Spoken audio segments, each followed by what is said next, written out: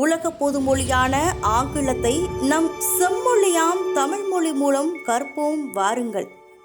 Vinglish Tamil வழியே ஆங்கிலம் சேனலை சப்ஸ்கிரைப் பண்ண எல்லா நேயர்களுக்கும் என்னோட நன்றிகள்.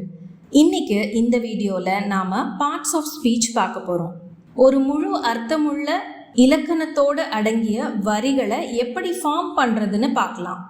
நான் சொல்லும் போதே உங்களுக்கு தெரிஞ்சிருக்கோம்ல.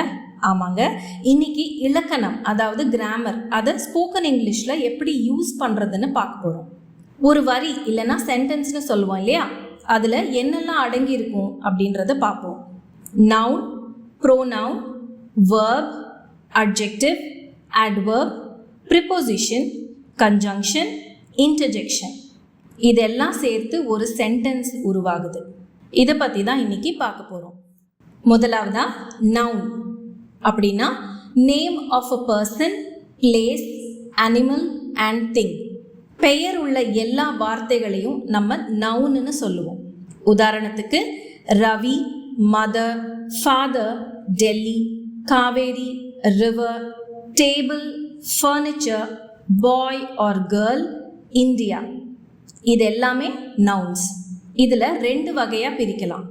ஒரு வகை ப்ராப்பர் நவுன், அடுத்தது காமன் நவுன். இந்த உதாரணம் சொன்னேன் இல்லையா, இதில் ரவி, டெல்லி, காவேரி இதெல்லாம் கரெக்டாக கன்ஃபார்மான ஒரு பெயர் இல்லைங்களா. ஸோ இதை ப்ராப்பர் நவுன்னு சொல்லுவோம். இதுலேயே மதர், ஃபாதர், பாய், கேர்ள், ஃபர்னிச்சர் அப்படின்னு சொல்லும்போது ஒரு காமனான பெயர், அதாவது அந்த மதரோட பெயரும் நம்ம சொல்லலை, காமனாக மதர்னு சொல்கிறோம். ஸோ அதை காமன் நவுன் அப்படின்னு சொல்லுவாங்க.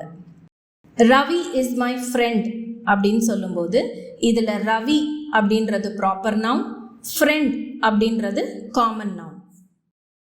அடுத்தது pronoun. The word that is used as a substitute for noun, அதாவது நவுனுக்கு பதிலாக ஒரு வார்த்தையை யூஸ் பண்ணுவோம், அதுக்கு பேர் தான் ப்ரோனவுன் அப்படின்னு சொல்லுவோம். இப்போது நம்ம ஒரு சிங்கத்தை பற்றியோ இல்லை ஒருத்தரை பற்றியோ நம்ம பேசும்போது சிங்கம் சிங்கம் இல்லைன்னா அவரோட பெயர், இப்போ ரவியை பற்றி பேசுகிறோம் அப்படின்னா Ravi is my friend, Ravi is a nice bye, Ravi goes to school. ஒவ்வொரு வரியிலையும் நம்ம ரவி ரவி ரவின்னு சொல்ல மாட்டோம் இல்லைங்களா. அதுக்கு பதிலாக நம்ம என்ன போடுவோம், Ravi is my friend, he is a very nice bye. So நம்ம என்ன யூஸ் பண்ணோம், ரவிக்கு பதிலாக ஹீ அப்படின்ற வார்த்தையை யூஸ் பண்ணோம்.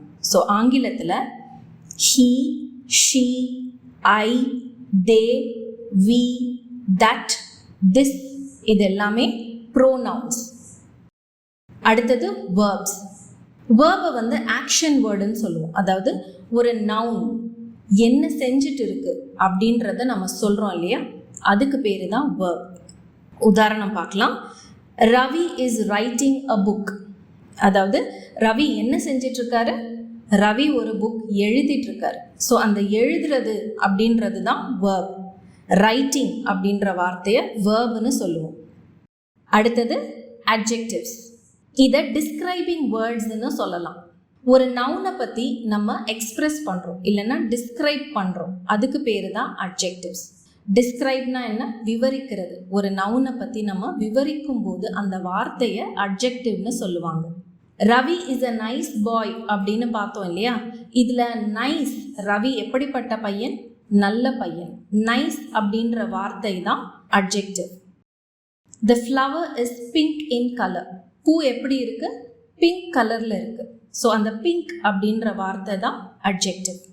ஒரு நவுனை பற்றி எதெல்லாம் வரும், அதோட வடிவம், அளவு அல்லது நிறம் இல்லைன்னா குணம், இது எல்லாத்த பற்றியும் நம்ம சொல்லும்போது அந்த வார்த்தையை அட்ஜெக்டிவ்னு சொல்லுவோம். ஸோ இதில் என்னெல்லாம் வரும், டால், ஷார்ட், தின், ஸ்லிம், பிக், ஃபேட், பிளாக், இது எல்லாமே அட்ஜெக்டிவ்ஸ்.